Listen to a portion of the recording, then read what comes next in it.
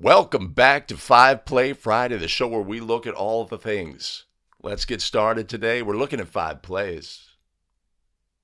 Stick around.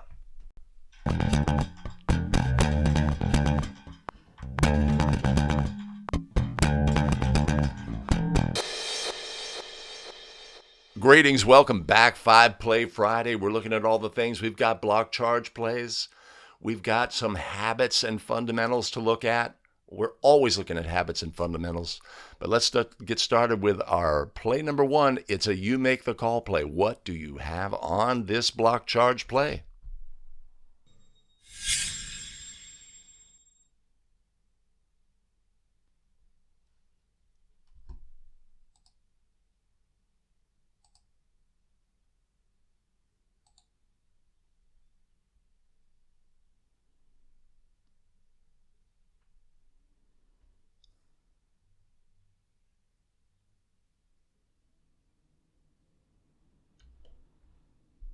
All right, block charge. What do you have? Put your ruling in the comments below and stick around to the end of the show. We'll review play number 1 at the end.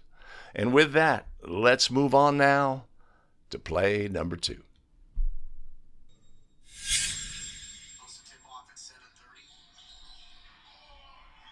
free throw miss. Another rebound for Reardon, and Hillman hits the deck after grabbing the board.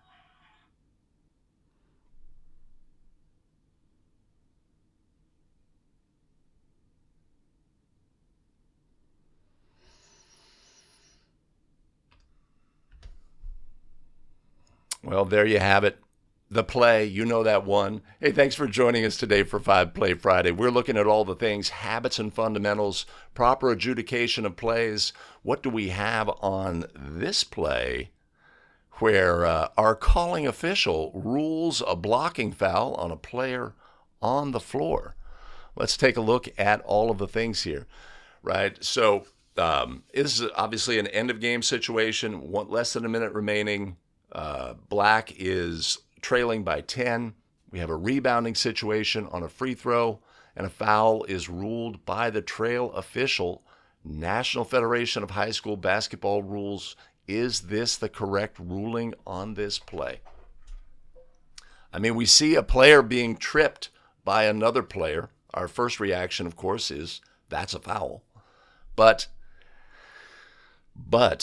NFHS has determined that a player who is on the floor is entitled to that spot on the floor, and that unless they have an intentional action that leads to being deemed a foul, that they are entitled to that spot, and if another player trips over that player, that it is not a foul. That is the NFHS ruling in this situation. I guess it was a case play that was in the case book and has been removed from the case book.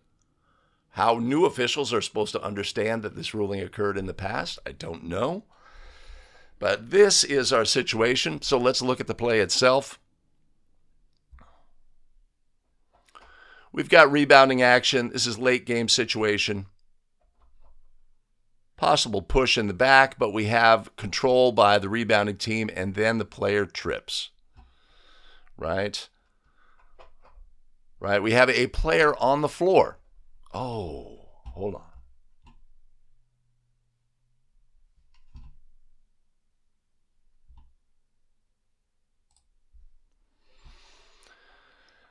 We have a player on the floor, and we note the body position of this player. Now, they got to the floor legally. Their knees are up off of the floor. They're not prone on the floor, but they have achieved this position on the floor naturally. They've done nothing intentional in this situation. Our rebounder trips over the extended leg.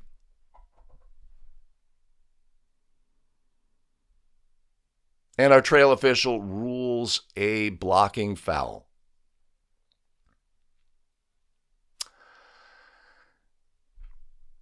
All I could say is NFHS says this is not a foul on our prone player on the floor. The correct ruling here should have been, since the player holding the basketball, fell to the ground holding the basketball, a traveling violation would be the correct ruling per NFHS. At other levels, collegiate, pro, the liability is on the player on the floor. NFHS specifically says that this is not a foul by our prone player on the floor, and we're going to have to do with that what we will. So, our calling official in this instance is in error. Correct ruling, traveling. I wonder if our calling official would have something different if it happens again. Do allow me a moment to give a heartfelt thanks to our tremendous show supporters who fuel our broadcast. Who's up on the show supporter big board? Joe Raza, Thomas Hennian, Jose Lansang Jr., Brian Kaplan, and Carmine Tutera. Much appreciated and much love. You want to support the show? Yeah, there's going to be a link. It'll be up in the show notes or down in the show notes.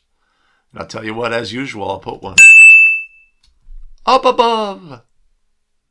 All right, our official got that one wrong, but what do we have? We've got a next play mentality. Let's go.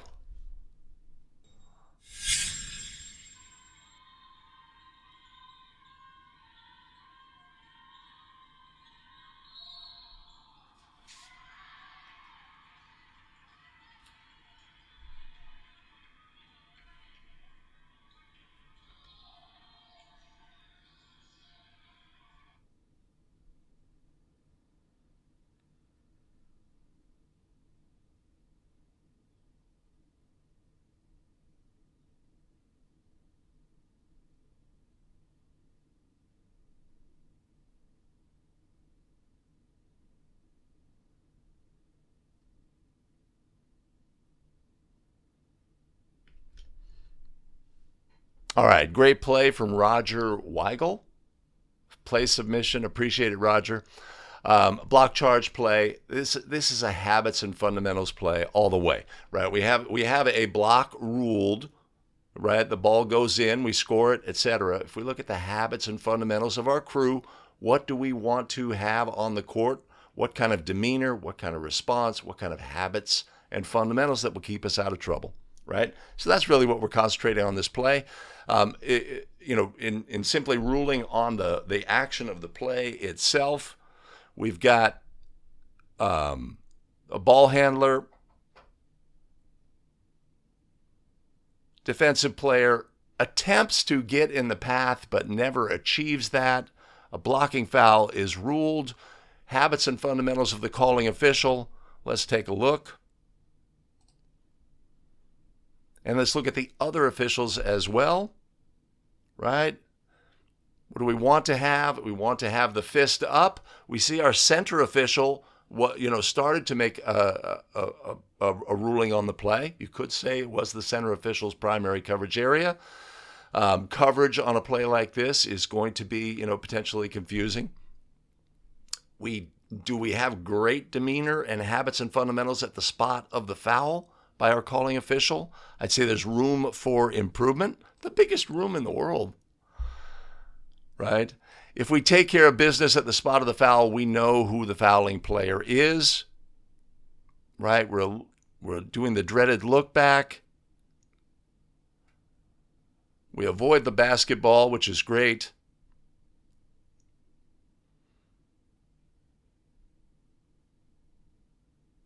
Right?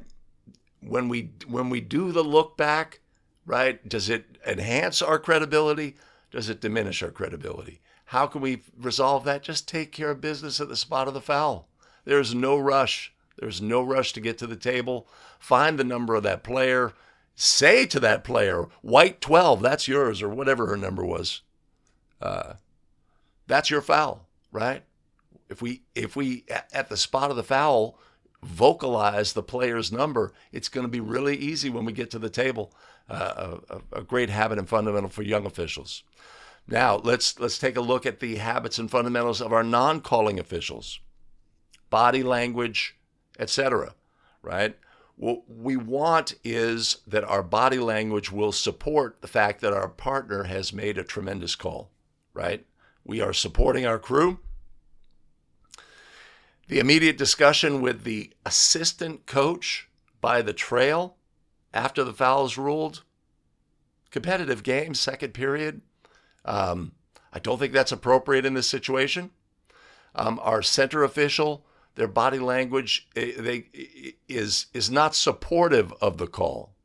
They may be saying, "Oh, I should have had a whistle on that play. I should have taken, whatever. I wish I had done these things." But in the absence of that, we want to have great fundamentals, etc. Right? We have a situation with player on the floor as the center official. We want to close in, be aware of clocks, etc. The trail official with the shrugged shoulders, is that supportive of our partner? Yeah, I would say that about that, right? What we want, of course, is habits and fundamentals in our game that are positive and repeatable. Each and every block charge play like this, I do great mechanics at the spot of the foul. When my partner has the call, I want to recognize when I watch my own game video that my habits and fundamentals as a partner in the situation are supportive of our partner's call on a play, right? So we're putting our crew ahead of, maybe it's like, oh my gosh, that was a horrible call, right? But you may think that, right? You may, think, oh, that doesn't fit our game. We just had the similar play and we went the other way. I wish you hadn't ruled it that way. Whatever. But our outward demeanor has to be fully supportive of our crew so that we maintain that integrity, right? So when we analyze our game video, we're looking at all the things. We're looking at all of the things. Next play.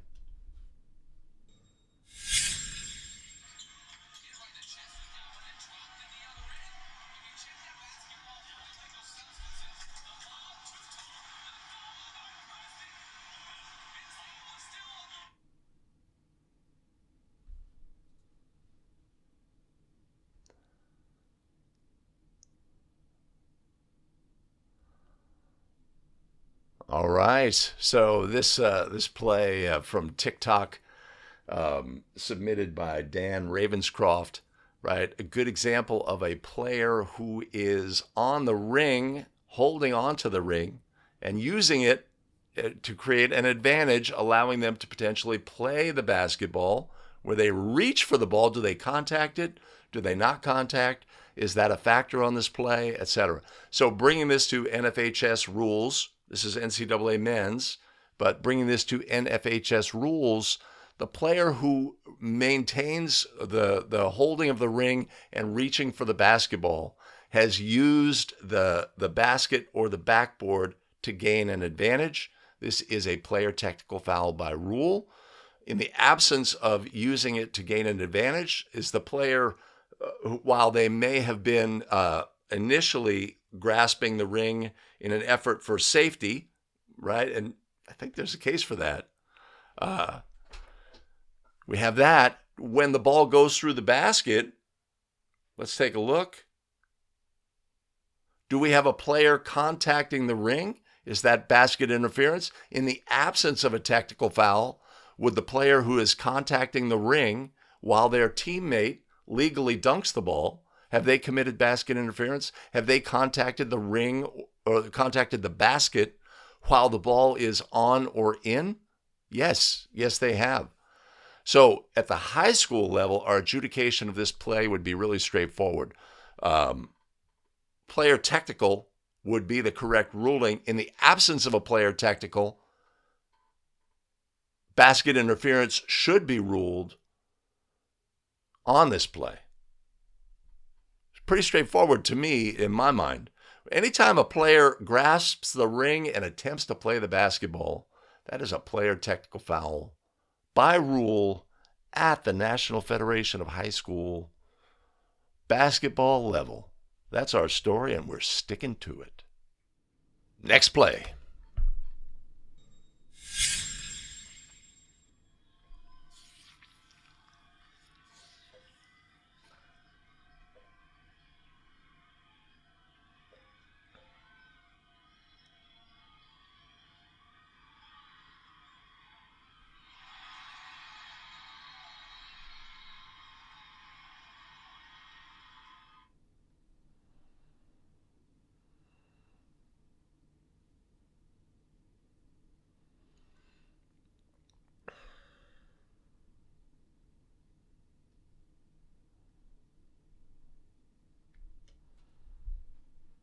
All right, a great play from Chris Janish. Habits and fundamentals. We have to use our interpret the situation here. Obviously, an end of game situation. Clearly, a goal has been scored, and the visitors in this case are now the game has become either tied or they are trailing. So the visiting coach requests a timeout. Right, last week on 5 Play Friday, we had the Mississippi State Final where there was a request by a coach in a similar situation, and we looked at the habits of the fundamentals of the crew. What the crew in this situation has to do is recognize that the timeout has been requested, and they have to have knowledge about the clock. So when we look at situations like this, which are critical in the game, right, we're going to have to use all of our skills, habits, and fundamentals and bring them to bear in these situations. So our center official in this situation, right, the ball goes through the basket in this end of game situation where the visitors are now in a position where they would logically request a timeout. The first habitual action by the center official after the ball goes in is to look at that coach. This is a fantastic habit and fundamental. You want to bring it into your game. Does that mean that the coach will request a timeout? No. But if they do, we do not want to miss that request, right? We come onto the court emphasizing the fact that a timeout was requested. So our center official has taken that action. The ball has gone through the basket. Maybe they have a snapshot of the clock. They have to turn and recognize the timeout. What is the number? Where's that number going to come from? It has to come from the crew. We have to have an opinion about when that center official blew his whistle, what was the number on the clock? Do we have habits and fundamentals that give us that clock awareness in this situation? So, fantastic example from Chris on this play. We absolutely want to develop our habits and fundamentals in end of game situations so that without question, we recognize that timeout, right? We are not going to be like, oh, was he right? Somebody has to be aware of requesting that timeout. And we have to have knowledge about what the number would be on the clock. We're going to have a subsequent play coming up where those questions will come into play as well. And when we analyze our game video, I cannot stress it enough, we're looking at those habits and fundamentals in key moments of the game. To young officials, we always counsel, always identify when a coach is making a timeout request at any point during the game. Don't miss it. Don't miss substitutions who want to come into your game. Be aware of the key situations, and you are way ahead of the game. So this is a great example from Chris Janish, who submitted the play. If you want to submit a play, I'll tell you what, there's a link down in the show notes. Submit your play, and it will be potentially on a subsequent episode of 5 Play Friday. All right, at the start of the show, we had that block charge play. You know that one. Let's take a look at play number 1 and break down all the things.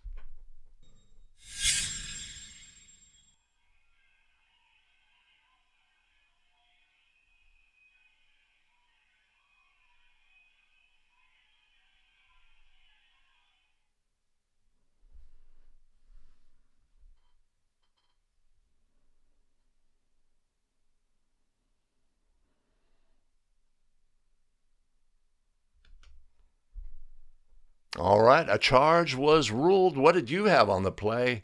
Let's look at all the now we can start with the habits and fundamentals of our calling official. Very confident and assured with the ruling, right? No hesitation, no doubt, strength, right? Which is fantastic. Of course, we're going to want a fist up in this situation. Would it give us a moment more to process the play? Do we need more on this play? No, but habits and fundamentals want that fist up. We're using a bit of an archaic signal here in 2023, right? We would want to use the approved signal. Only approved signals but there is no doubt from our calling official what the ruling is on the play. Did we get this play right? Does our defender do anything illegal in this situation? Now, also recognizing that this is like, it comes at you fast, right? The energy of the game was made basket. We're going to go the other way. Uh-oh, suddenly a steal, etc. Let's see where our calling official is looking on the play.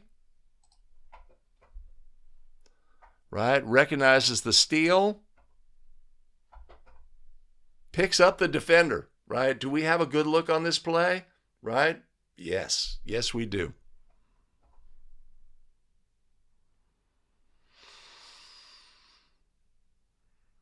All right.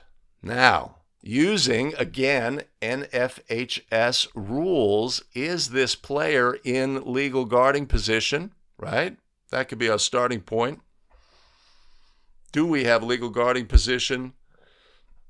Now, we have a player who is moving towards their opponent.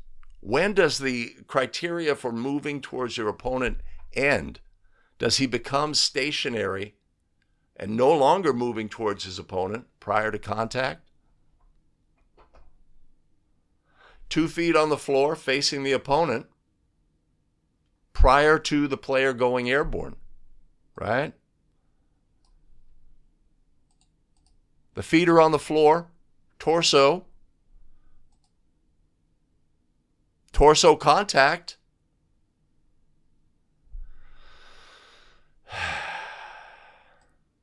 It's a banger. Now, to me, right, our player in white is moving on a path that is in this direction. Our defender puts a foot down and then shifts their torso while the foot is down. Does that change the legality of their play? Right? Something to think about. Right? They firm up on that left foot. You could make a case that this is legal guarding position. NFHS, I think they say this is legal guarding position. That they established in the path, did nothing illegal afterwards, even though they shift their body, right? And we'd have a correct ruling on this play. I think by NFHS standards, this is the correct ruling. This is a charge by rule. Even though our player is moving sort of in a tangential path, what did you have on this play? This is a banger. And the reason why it would be challenging for us is it's going to come at us fast, right? That we don't have a lot of anticipation for the play. Our calling official on this play does a great job of recognizing, no, here it comes, block charge, and I'm ready. I've got a great angle on the play, makes a definitive ruling, is very strong and dynamic with their ruling, possibly some improvement on the sequence of events with their signaling and the use of signals, but great strength on the play. And that's what we want to display as basketball officials. What did you have on this play? Do you agree with this ruling? Charge by rule? Let us know in the comments below. Awesome. How about it? How about a bonus play? 71-67 the score.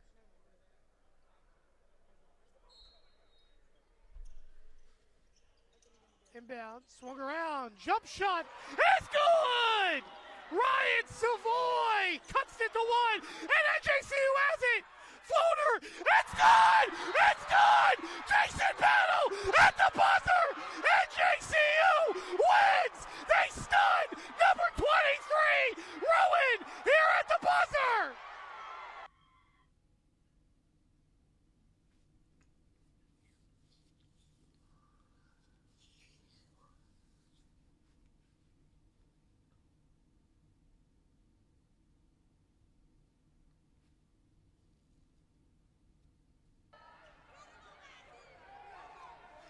As Ahmad Bickley will take the inbound.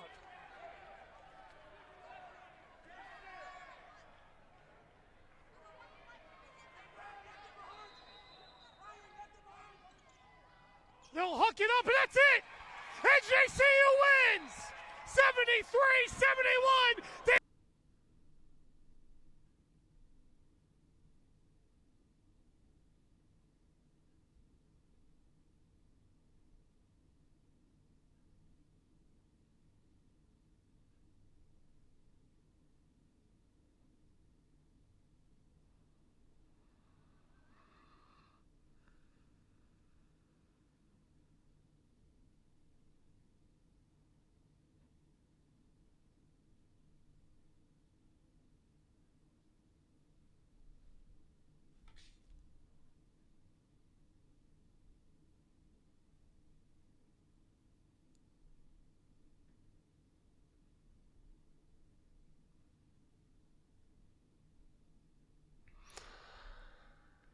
All right, my voice hurts just hearing the call on that play scenario, right? Habits and fundamentals, end of game situation, exciting, dramatic ending to the game. I've superimposed the clock just to provide some clarification. Of course, this is NCAA men's, right? Going to be different at the high school level.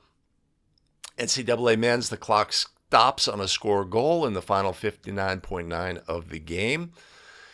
Did our clock stop properly? Did our crew recognize that situation? Ultimately, we have a scored goal. Again, the clock would stop on a scored goal. Do we have the correct timing on the play? Should the game have been over at that point? Signals and mechanics on the scored goal. When time was expiring, our official is giving potentially confusing signals, etc. And of course, we've obviously had an equipment-related issue. Our official did not bring their shoes, which has happened to us all, has it not? First of all, we have a designated spot throw-in in an end-of-game situation, right? What are our habits and fundamentals? Do we approach the situation casually, or are we specific? We have, in this instance, 5.2 seconds remaining in a two-possession game, right? It's easy to think that in this situation, there really is no opportunity for this team to pull off a victory. And so we could potentially let our guard down. But again, we want our habits and fundamentals to always be on point, especially in end-of-game situations, so we don't have that relaxing of an approach we'd want to take in the game, right? So where is our throw-in spot? Are we designating a throw-in spot, or are we just letting the player determine where they're going to throw the ball in from, right? To me, in this situation, I want to designate the spot. I want to be clear about that. If I've got a defender who's potentially going to violate the boundary plane, I want to be clear to them that they must remain behind. If we have just a basic approach in that fashion, we're better off. But our player sort of determines their spot. Do they violate? We can't say that they did. We don't know what the spot was. We've got a great three-point try. Score it. The clock runs a little bit past what it should have. We didn't make a correction. The ball was tipped on the resulting throw, and the clock should have started. By rule, it did not. It did not appear to. And then we have a subsequent goal. Our official appears to be waving off the goal, but in fact, they were just saying, basically, the game is not over. We're going to put time back on the clock, and we're going to have a resulting throw-in. Again, remembering NCAA men's and women's, the clock stops in the final 59.9. And then subsequently, we have an inbounds play. Were we prepared as a crew for the inbounds play? So this is a great situation for us to review so that we can make sure that our habits and fundamentals are solid in end-of-game situations. So let's go here and look at all the things.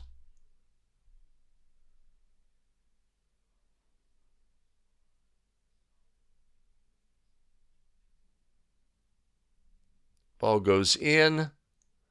Clock would appear to continue to roll. Again, yeah, it's down to 2.8. The ball is tipped.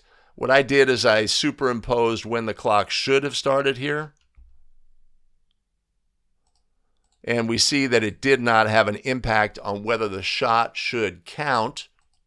It would be released in time. And then the ball goes through the basket. When does the ball go through the basket? At what point would we want the clock to stop in this situation?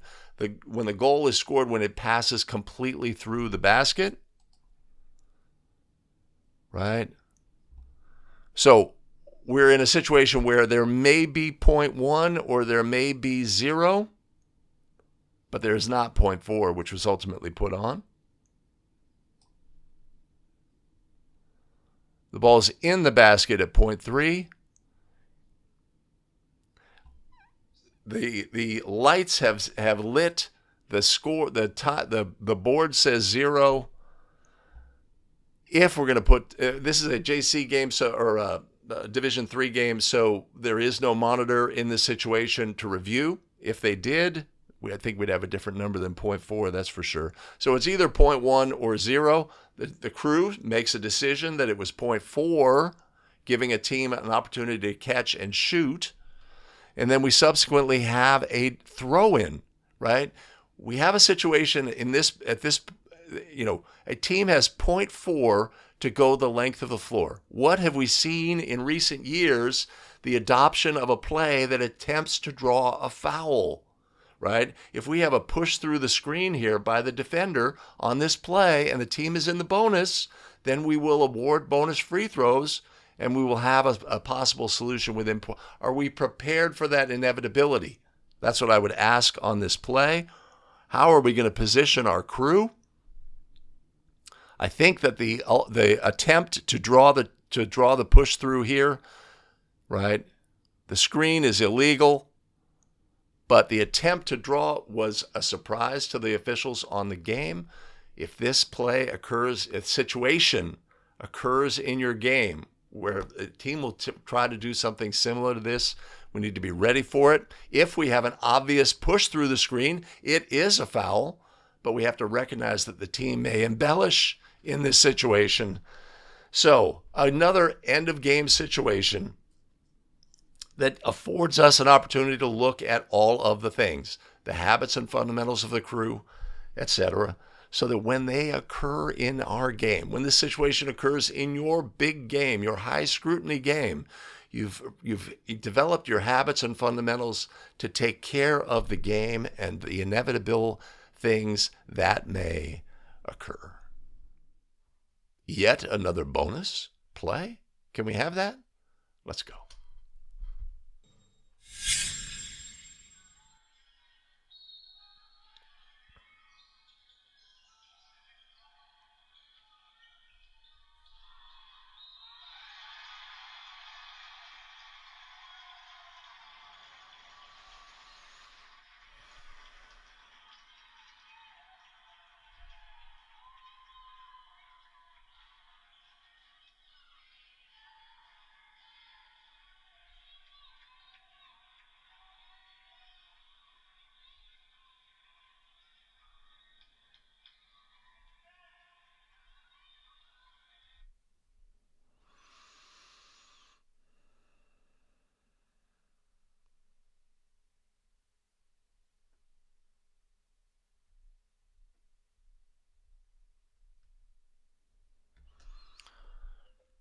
All right, last second foul. The foul occurs before the horn. Time expires. No information from the crew. We have zeros on the clock. In a tie game, they clear the lane, shoot the resulting free throws. Jason Hayes, who submitted the play, says they actually missed both free throws, and this game goes to overtime. What would be the habits and fundamentals? What's our mindset in this situation? This is an obvious foul in the lane area, and a foul is ruled. When you put a whistle on this play, are you finding a clock as quickly as possible? Do we get a look from the outside officials? No call on that play. Rebounder grabs, clearly displaced, hip contact by red 3. What was our time when the foul occurred, right? When the foul occurs is when the clock should stop. But when does the whistle blow? Boy, that's close. Are we going to be able to catch any time on the clock as an outside official in that instance? I don't know. I mean, there's some. We're closely focused on the play. We hear our partner's whistle. There's going to be some reaction time as a human being. I don't know that we could have caught this. As lead in this situation, recognizing that time is really short, do we want to come with a patient whistle or a quick whistle in this situation? I would say we want, if some of us may have a slower response time in situations like this, high certainty, etc. We want to have potentially make sure we process the play completely, but at the same time, timing here is really important. So you can make a case that once you see that foul, you got to go get it quick because it's going to affect how much time remains in the game. But a foul is ruled. He was fouled. And we will attempt those free throws, and we do not have any information as a crew that time should be put back on the clock. We know that the foul occurred before the horn.